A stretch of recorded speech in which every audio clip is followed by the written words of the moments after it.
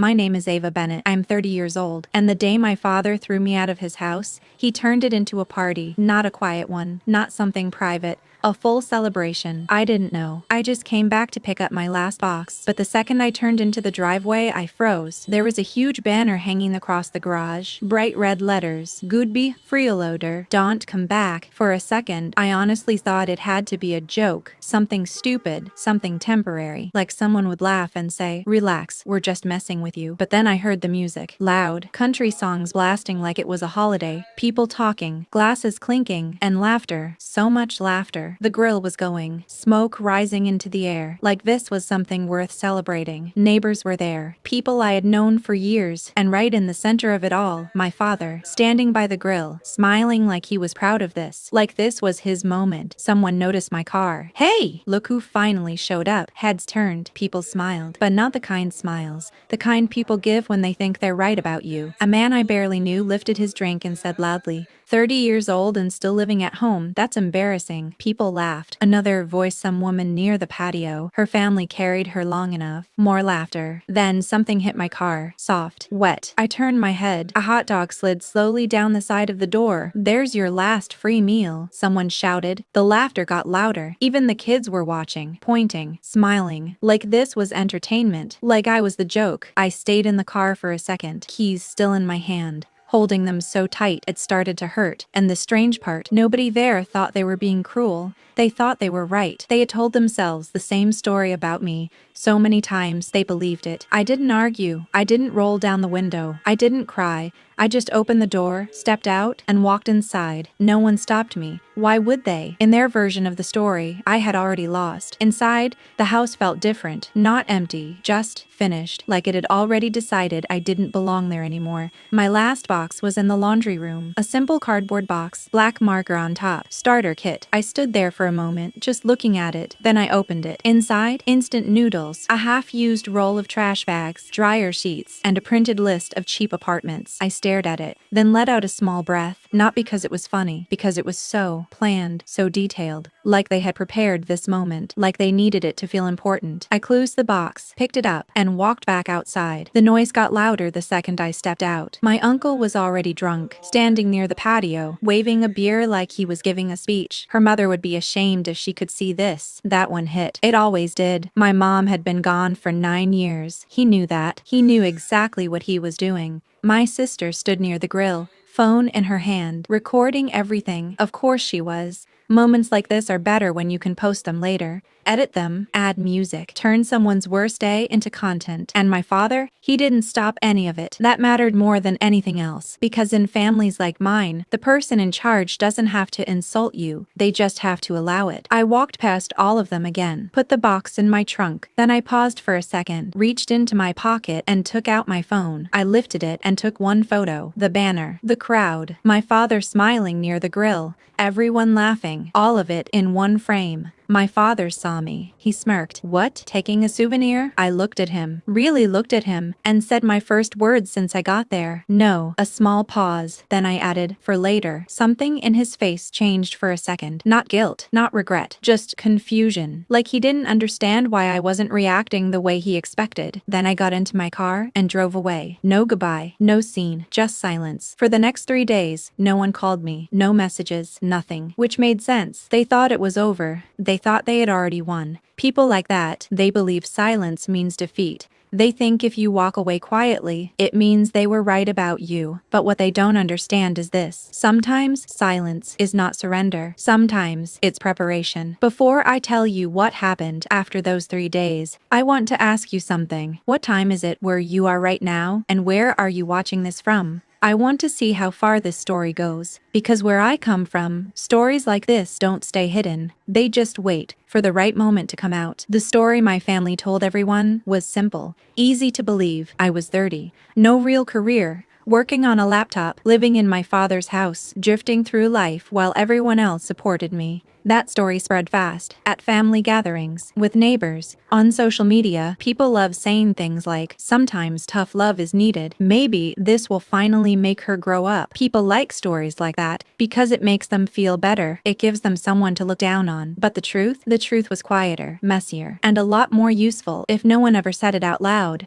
I moved back into my father's house 3 years earlier, not because I had nowhere to go, because his business was failing, slowly at first, then faster. Bennett Graphics and Install. From the outside, it looked fine, stable, normal, but inside, it was breaking. Costs were going up, clients were paying late, projects were getting stuck, money wasn't coming in, but the bills didn't stop. And my father? He handled it the only way he knew how. He got louder, blamed everyone, workers, customers, the economy, anything except himself, and eventually he blamed me. What he never told anyone was that the business didn't collapse earlier because of me. I didn't have a real job in their eyes. No office, no uniform, no visible effort. I worked from my laptop, helping companies organize work, fix contracts, track deadlines, the kind of work people don't see, the kind that keeps everything from falling apart. I was good at it, very good, which made me valuable to strangers and invisible to my own family. At first, I only helped a little, fixed a few invoices, cleaned up some paperwork, but then I started noticing bigger problems. Permits not renewed, taxes filed wrong, equipment leases draining money, clients not being followed up.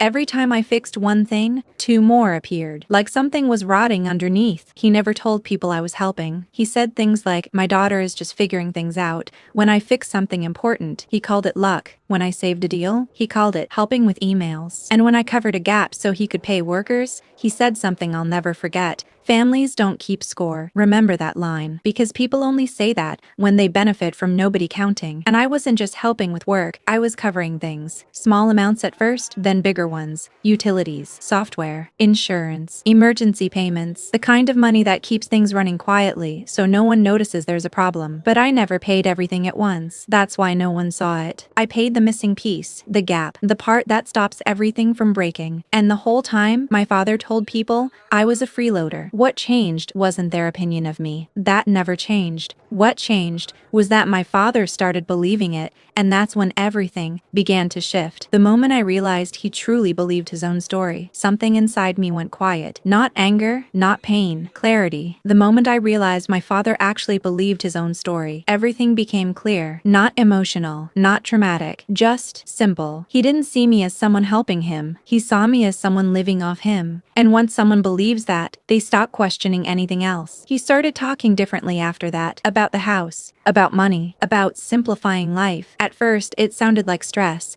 like he was overwhelmed. But the more he talked, the more I noticed something else. Confidence. Like he had already made a decision, like he had convinced himself he was the one carrying everything, not me. One night, I heard him in the backyard. He didn't know I was there. I was near the kitchen window working. His voice was loud, relaxed, comfortable. That kind of honesty people only have when they think you're not listening. He was talking to my uncle and one of the neighbors. They were laughing, drinking, and then he said it. I'm thinking of giving her 90 days. A pause. Then he added, maybe hitting bottom will finally make a woman out of her. They laughed. My uncle laughed. The neighbor laughed. And then my sister laughed too. That moment should have hurt. It should have made me angry. It should have made me cry. But it didn't. It did something else. It made everything make sense. I didn't go outside. I didn't confront him. I didn't say a word. I just went back to my laptop and started something new. People think revenge starts with anger. Mine didn't. Mine started with a spreadsheet, because in families like mine,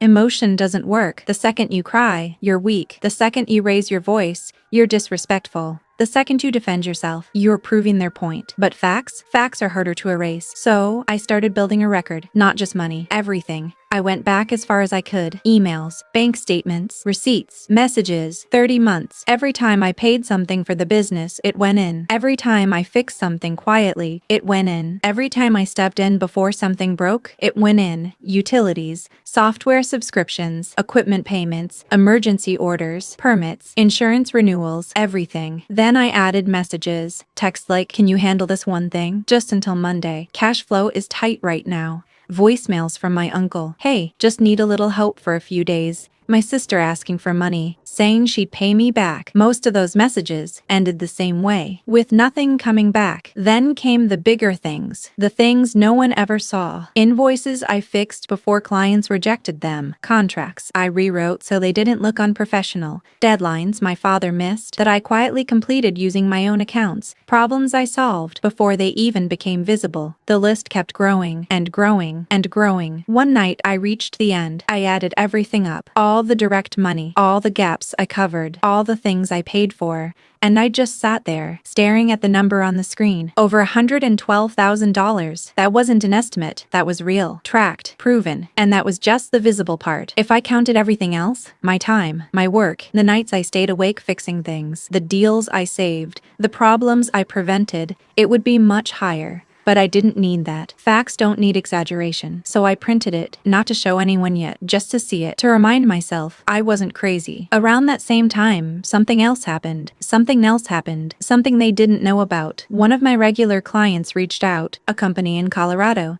We had worked together for a while. They trusted me, and they made me an offer. A long-term contract, not permanent, but stable, reliable, enough to live on my own, enough to leave. I didn't hesitate. I said yes, signed everything, quietly. Then I did something I hadn't done in years. I made a plan that didn't include my family. I found a small apartment near Denver. Nothing fancy, just enough. Paid the deposit, set a move-in date, and told no one. Then I rented a small storage unit near the highway, and I started moving. Slowly, quietly, one box at a time. Winter clothes first, then books, then things I had bought myself. My monitor, kitchen equipment, personal files, things my father thought had just appeared. Every few days, another piece of my life left that house. No one noticed. That's what happens when people only see you when they need something. Maybe it sounds calculated. It was. Because when you grow up in a place where every boundary turns into an argument, silence stops feeling like weakness.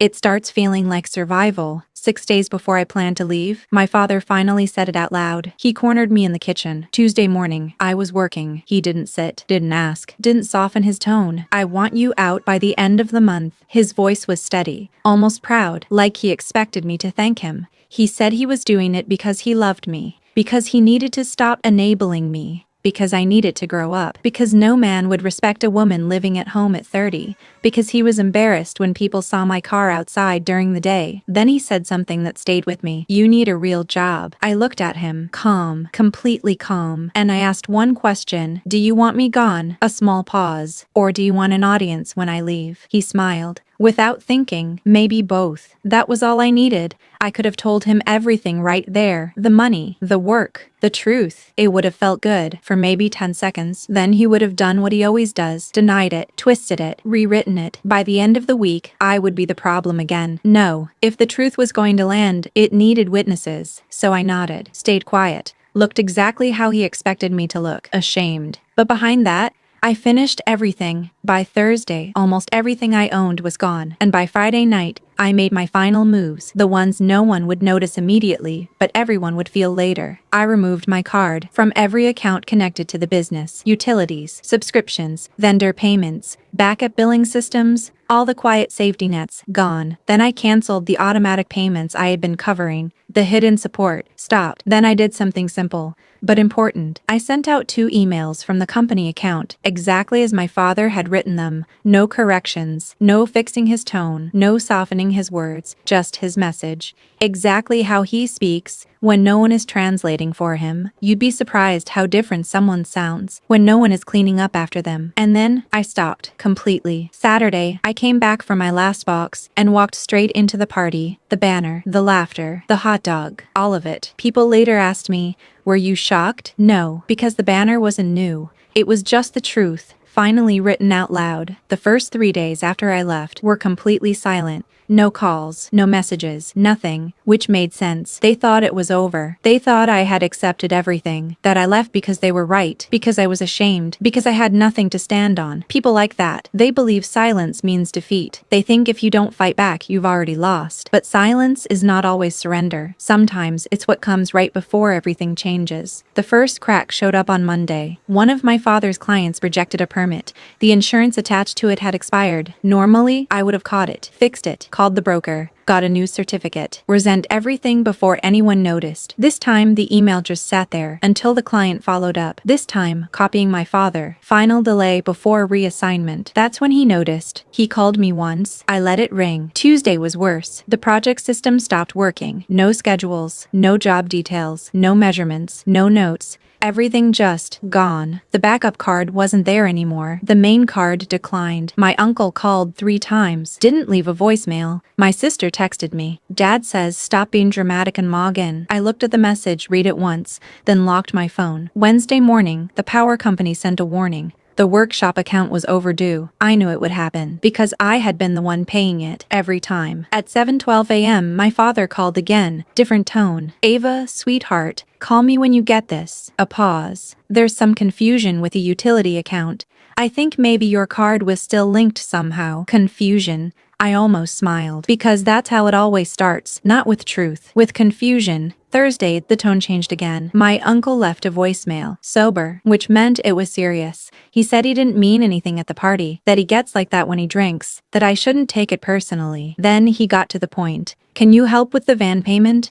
Just this once. We've got a job Friday. If we miss it, it's bad for everyone. Everyone. That word again. When you're helping, it's invisible. When you stop, suddenly, it's everyone. I didn't call him back. Friday, everything cracked open. My sister called, crying. That's how I knew it was serious. She never cried over principles. She cried over inconvenience. She talked fast, said Dad was stressed. Uncle was blaming everyone. Grandma was saying God was punishing the house. Then she said what she actually wanted. I need $600. A pause. Just for rent. I'll pay you back. Another pause. Please don't make this a thing. That sentence. I had heard it my whole life. Don't make it a thing when someone disrespects you. Don't make it a thing when they use you. Don't make it a thing when you're the one carrying everything. My pain was always a thing. Their behavior, that was just normal. So I asked her one question. Do you know why Dad can't help you? Silence. Then she said, no, he just keeps saying cash flow is weird. I repeated it slowly. Cash flow is weird. Then I laughed. Not loudly, not cruelly, just honestly. That night, she texted me again, this time angry. She said I was punishing the family,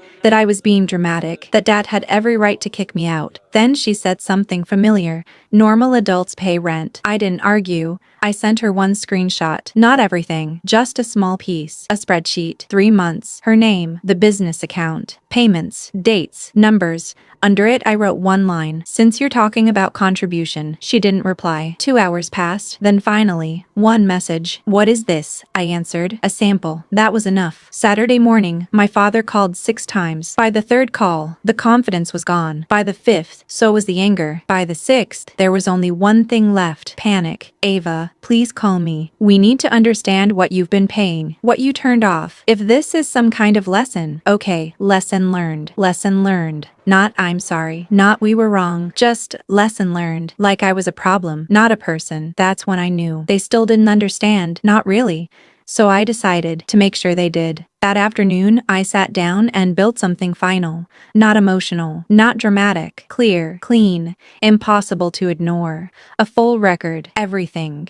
And this time, it wasn't hidden anymore. That afternoon, I finished the packet, 31 pages, no opinions, no emotions, no accusations, just facts. A cover page, a timeline, every payment, every message, every time I stepped in and kept things from breaking, separate sections, business expenses, family support, direct transfers, unpaid work, and at the very end, one photo, the banner, the party. All of them smiling. I printed 2 copies, one for me, one for whoever needed to see it. I wasn't planning to send it yet, but people have a way of making things move forward when they keep making mistakes. Sunday, my grandmother called. Her voice was soft, careful, controlled. The kind of voice people use when they want to guide you, without sounding harsh. She said I shouldn't hold on to bitterness, that my father was under pressure, that I should show compassion. Then she said something that made everything clear. If you were truly generous, a pause, you wouldn't be counting. I let her finish. Then I said quietly, you're right. A small pause. Generosity doesn't keep score. Another pause. Accounting does. Silence. She didn't respond. So I added one more thing. If I send you proof that Dad and Uncle have been depending on me while calling me a freeloader, will you tell the truth? Silence again. Long enough to answer the question without saying anything. An hour later, my father texted me, talk now, please. I stared at the message, then replied with one line, tomorrow, noon, public place. He answered instantly, home. I looked at the word for a few seconds, then typed back, no. A pause. You wanted an audience when I left. Another pause. You can have one when you ask why. We met the next day. A small diner off the highway. The kind of place where nobody pays attention to anyone else. He was already there. I could tell by the way his truck was parked. Crooked. Fast. My uncle was with him. Of course. Men like him don't face things alone. Neither of them ordered anything. I walked in, sat down, placed the packet on the table. My father looked at it, like paper itself had offended him.